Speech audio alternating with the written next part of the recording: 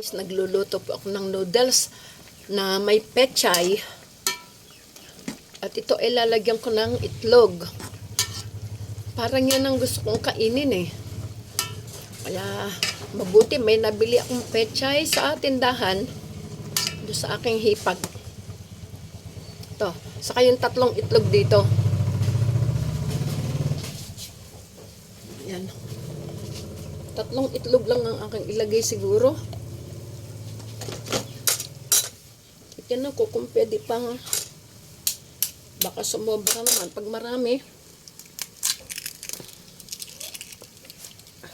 Di rin magandang tingnan pag maraming itlog.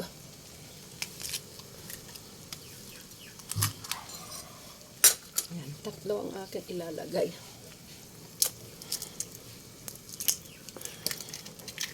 Yan. 3 itlog.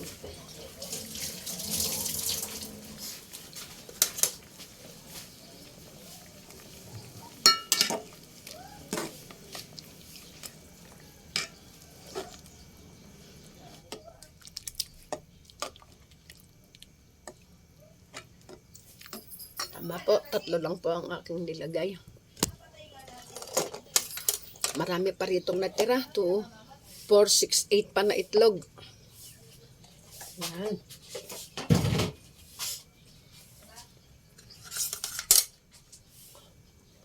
At pakukulaan ko na lang yan nang hindi masyadong malansa ang itlog. Palit lang.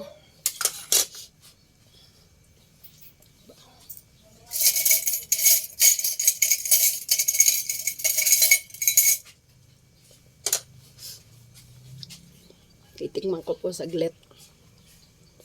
Pag di pa makulo, titikman ko na. Ay, di ko pa pala na ilagay ang flavoring. Ito. Kaya pala wala pang lasa. Nandito pa pala ang flavoring niya.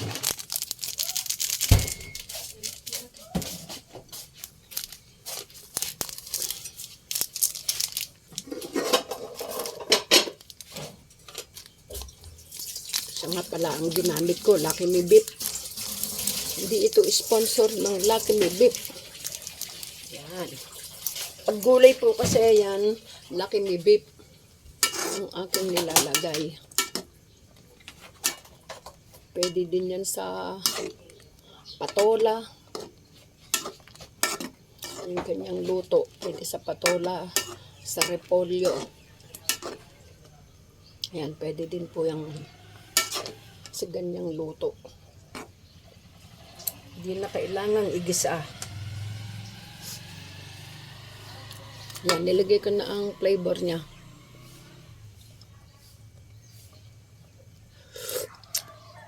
Ayun, kalasang masarap na po. Ngunit papakuluan ko pa yan. Parang kulang sa sabaw. Lumapot dahil sa itlog. Ayan, konti lang.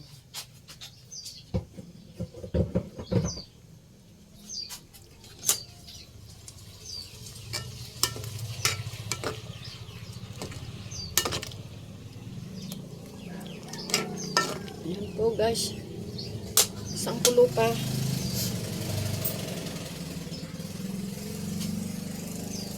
Kapala yung takip.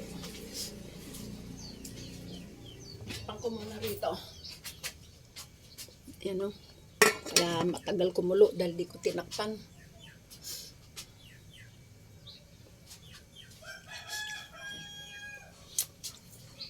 Parang mahina ang apoy niya. Kulo ka na. Nagsisimula ng kumulo. Naiinip na. Okay po, habang nagluluto, liligpit ko lang tong mga pinagbalta ng itlog saka ng noodles.